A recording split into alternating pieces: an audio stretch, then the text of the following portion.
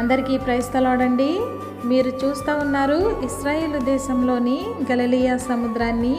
ఈ గలిలయ ఉత్తర ఇజ్రాయేల్లో ఒక ముఖ్య ప్రాంతంగా ప్రసిద్ధి చెందిందండి. ఎందుకంటే యేసుక్రీస్తు వారు ఇక్కడ తన బాల్యాన్ని గడిపారు. అంతేకాకుండా తన పరిచర్యను ఎక్కువ శాతం ఈ గలిలయలోనే చేయడం జరిగింది.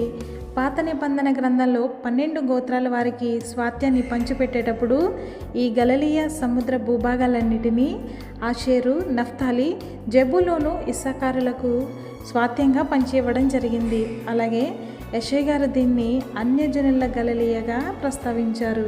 ఎందుకంటే ఇక్కడ యూదులతో పాటు ఇతర దేశ ప్రజలు కూడా కలిసి ఉండేవారు. కాబట్టి యేసుక్రీస్తు వారు ఈ గలిలయలో పరిచర్య చేయడం ద్వారా యెషయా గారి ద్వారా చెప్పబడిన ప్రవచనాలన్నీ నెరవేర్చబడ్డాయి.